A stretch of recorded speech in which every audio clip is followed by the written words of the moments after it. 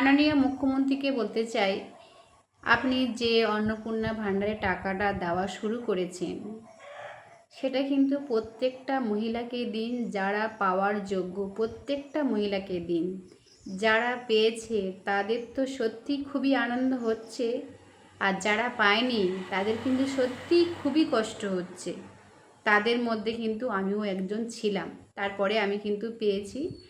সে যাই হোক, আমি সেই কষ্টটা অনুভব করেছি যখন আমার চারপাশের মানুষরা পেয়ে গেছে, আমি যখন পাইনি তখন আমার সত্যি প্রচণ্ড পরিমাণে কষ্ট হচ্ছিল।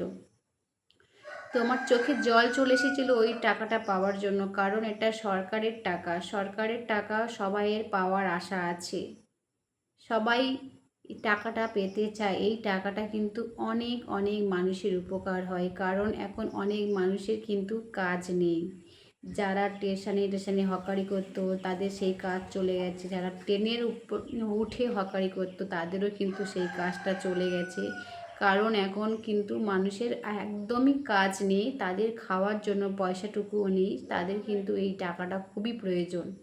তাই আমি অনুরোধ করব প্রত্যেকটা মহিলাকে দিন, যারা পাওয়ার যোগ্য তাদেরকে অবশ্যই এই টাকাটা দেওয়ার ব্যবস্থা করুন।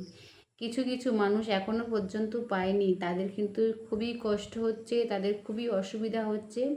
আপনি প্লিজ টাকাটা দেওয়ার ব্যবস্থা করুন। 10 তারিখের মধ্যে আপনি বলেছেন, আমি জানি আপনি আপনার কথাটা রাখবেন। তো এটাই আমার রিকোয়েস্ট ছিল।